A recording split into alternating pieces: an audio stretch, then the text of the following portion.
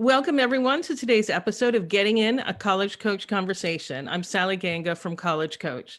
I hope you're all doing well. This is my first show of the new year, so I'm wishing all of you a happy 2021 filled with good health and vaccines, and let's all just hope for peace and calm. That's all I'm going to say about the state of our country right now. I do think that today is going to be a really fun show. In the second and third segments, I'll be answering listener questions with Shannon Vasconcelos, who's one of our college finance consultants. And I want to take this opportunity to encourage you to submit questions of your own. We do answer those questions on a regular basis. And the easiest way to do it is going to be through social media like Facebook or Instagram. So, but for the first segment, we have the lovely Mary Sue Yoon here. She's a fellow College Coach educational consultant, and she and I are going to be talking about bloopers, or what not to do during your college search and application process. So Mary Sue, I'm kind of curious about, your definition of bloopers. Like, do you have some categories that you think about? And then let's kind of dive into sort of some of the biggest absolute no-nos that you can think of. Yeah, I mean, I think there's a few different areas where students can kind of do blooper things. Essays being probably the biggest, but also sometimes just in the correspondence with the school or in submitting the application, or sometimes in interviews. So yeah, there's a few different areas that we can kind of talk about with those. Mm-hmm. I do think essays are the biggest ones, just partially because that's how most students kind of show their personality to us the most. It's kind of got the most room for error, to be like really embarrassing. So Right. Yeah. like what are like an example or two that you can think of there? Yeah, so I mean, some of them are sort of innocent word choice mistakes, malapropisms where the student just uses the wrong phrase.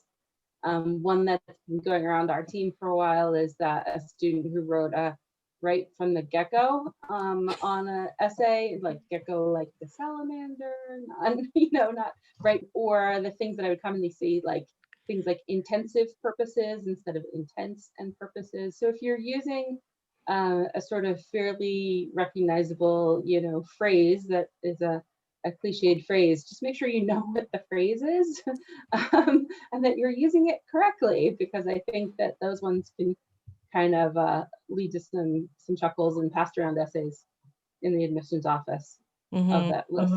Any ones you can think of that are in that sort of? Yeah, well, the biggest one that we used to see all the time was students putting in, we, like when I worked at University of Chicago, the why Chicago essay was quite important. And students would say things like, I want to attend Chicago because it has one of the best chemistry departments.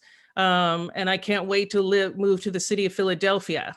Right. So obviously they were actually writing about UPenn, and, some of them even forgot to change UPenn. They'd say, I want to go to UPenn because it has one of the best chemistry departments. And it's like, well, Chicago does in fact have a truly great chemistry department, but we are neither UPenn nor in Philadelphia. So that is not helpful. Yeah, we used to see at Barnard quite a few students who would do something similar to that. Either they would put Brown in, or another school that maybe was similar into the actual essay. Or my favorites were always the students who said, I want to come to Barnard because of your excellent engineering program. Barnard is a women's college in New York City and does not have an engineering program. I think like, okay, you haven't done your basic research on the school, even though you got the name of the school right in the essay, you haven't done your basic research about what we offered. Yeah, those are really like things to be very careful of. And even getting things wrong in terms of like, maybe a school has, this didn't happen in Chicago back in the day. I mean, I had the same thing happen. A student wrote in about, how great our engineering program was, and Chicago has engineering now, but we did not back then. So, but I've also seen students make pretty major mistakes at a school that has engineering, but not having really looked into the kind of engineering that they offer, kind of assuming that any school is going to have biomedical engineering, and just because you have engineering doesn't mean you have biomedical or things like that. So, yeah. I would also see sometimes the sort of gimmicky kind of things in essays where people tried some sort of gimmick thinking it was going to work to catch the admissions officer's eye. One of the worst offenders of this was a student who I remember many, many years ago who actually sent in their essay in paper and had written it all backwards in a spiral in pink pen so that the admissions officer to read the essay had to hold it up to a mirror and read the spiral out. And I think they thought that the presentation of the essay was going to make it stand out. And in truth, it just made us really annoyed because you're often reading dozens of applications a day. And so to sort of like squint and sort of see like, okay, I have to put this in a spiral and look at it in a mirror and figure out what the student's trying to say was not winning any favors in our office. One of the real upsides to one of the real upsides, I think, to the common application and online stuff is that that is not something that can happen anymore. Yeah. Really glad. Yeah, because we had a student at University of Chicago who did, what did she write? She wrote an essay. Actually, I think this was a boy where she drew a picture of a big heart and wrote this and did like this multi-dimensional space called love and kind of did a similar thing to what you described your student doing. I mean, you are standing out in that we still remember that student, but it's not in a good way. You know, you can stand out for bad reasons too. So but I do think the biggest thing is the malaprops, like absolute, just complete, you know, using words that sound like they might be right, but they're really not. So if it's not a word that you use all the time, you know, definitely do not use it in your essays. Yeah. And we would see there was words that we would see that were clear that the student had used the thesaurus heavily in editing their essay and perhaps, you know, had added in some words that they don't normally use. I think all of us who now read essays have a few that kind of come up and like, oh, please don't use that word, but, you know, sort of plethora or myriad or some of those words that are sort of overused and are not normally in a teenager's you know, everyday speech. So it just feels like the student is sort of artificially trying to inflate their language in a way that is not genuine to them. The other thing I would say are words like unparalleled or unique. It's very rare that schools are unparalleled or have a program that is unparalleled or have a program that is completely unique. I'm not saying it's never unique, but it's pretty rare.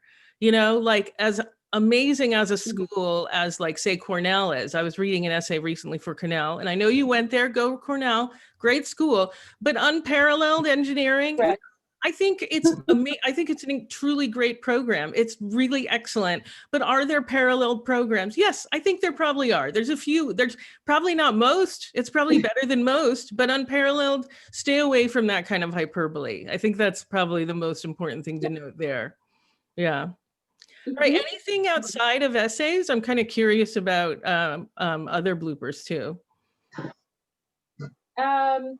I think in interviews, just, you know, there a few times that a student, I always say when I'm preparing students for interviews that I can probably count on one hand the number of times that I truly wrote up a bad interview write-up about a student. But those few times were kind of real doozies, you know, like a student who came in and just started talking to me like I was, you know, their best friend and telling me about sort of their date with their boyfriend that previous weekend and sort of like everything that they did was really too much information and really much more than the admissions officer needed to know. So, you know, those kind of things of being like way too casual and chatty and inappropriately so in an interview, I think came up a few times where it's like, I know that admissions officers are generally pretty friendly people and like talking to students, but we weren't your best friend and it was a professional situation. So I think keeping that level of professionalism is important. You know, sometimes a student kind of forgetting, like maybe it was their, you know, fifth interview, kind of forgetting where they were, or sort of it's similar to some of the essays, like kind of forgetting what programs the school had, or confusing our school, even though they were, perhaps in the office interviewing with us with another school in the way that they described why they liked the college. Those kind of things came up sometimes. Mhm. Did you have anything that was a particular interview Oh mistake yeah. that you Yeah, thought no, of? I was ready to jump in when you I remember one time I was Yeah. visiting a small college here in Connecticut, and there had been some kind of a mix up. Like there was a family, there was like a son, mother and son in the lobby, and there'd been some kind of a mix up with the interview. And it really sounded to me like they had scheduled it for the wrong date. They'd written down the wrong date. So they were being so rude to the receptionist about it. I mean, I understood being upset because they'd driven 3 hours to be there, that kind of a thing. But instead of saying, "Oh, this is very disappointing," what can we do? What's possible here? Which would have been Mhm. very fair. They were really like being rude. And I thought, you know what? As an admission counselor, if I saw that or heard about that, like you're out. Like Yeah. it's kind of like, um, hopefully this isn't inappropriate, but like if you're on a date and that person is rude to the waiter or waitress, like this Mhm. is just a deal breaker because it says something really bad about who you are. So remember that it's also not just about being polite to the admission officer, but that admission officer really cares about what kind of a member of the community you're going to be as well. So Absolutely. I would say that that is actually a very big one. And then the other one is, try really hard not to be late. Sometimes it's unavoidable, but when we were at Chicago, we would always tell students, there's parking around here is pretty limited, so you might want to get here early. That's not a huge thing. Like Mhm. that's not something that we typically got like too upset with the students for. But if you were too late for an interview, we probably couldn't book you again. That same Right. day. You might have just been too late because we were so booked up. So that comes to mind for me as well. Yeah. Um, Certainly, there's also things like in the application process, like as a parent, um, signing the application or signing the early decision agreement for a student, um, so that the student was not aware that they were applying early decision sometimes, um, or I do remember a case where actually the student had applied early decision and the parent was not aware, and calling. We had a program where we called up all our early decision admits a couple weeks after the admission, just kind of congratulating them with welcoming them to the community. And just one of our student helpers calling and the parent going, "You're not going to New York City." It was sort of the first the parent had heard that the student had applied Yeah. early decision and had gotten in. So, Hmm. um, and yeah, so make sure that your parents are aware of what you're doing, because it's not a good surprise. Hmm. No, yeah, very much. That might go beyond blooper. That goes Yeah, to, I think, challenging family dynamics. yeah, So, yeah. yes. I'm trying to think. I think those are all the ones that really came to mind for me. I mean, I have one more that is just kind of a funny story to me. I mean, Yeah. so I gave a presentation. I was the admission counselor who gave the information session one day, and then one of the students who was in there, was being interviewed by one of my colleagues, and she mentioned something that I had said, and so the student said, "Oh, what that Sally chick said." Like he called me Sally chick in an interview, and so the interviewer said, that Sally chick is in charge of your state. She's in charge. She's really going to be in charge of whether you get in or not, largely. And then, of course, she told me. So it became like a big joke around the office that people Yeah. called me Sally chick. But I can promise you, as funny as the story is to me, it did not make me look kindly upon that student. So I doubt that the student was trying to be as rude as he was, but like think about what your normal speech patterns are and how those are going to come across. It's in the interview. It just might be something to consider carefully. So Yes, absolutely. yeah. All right. Well, I think that's it, unless you have any last stories. Yeah, I mean, I think you're absolutely right, and sort of be kind, not just to your admissions person, but everyone around that area. We certainly many times in admissions offices, the receptionists are longstanding and beloved members of the team, and so don't ever be rude to the receptionist or, Okay. I or the think support staff.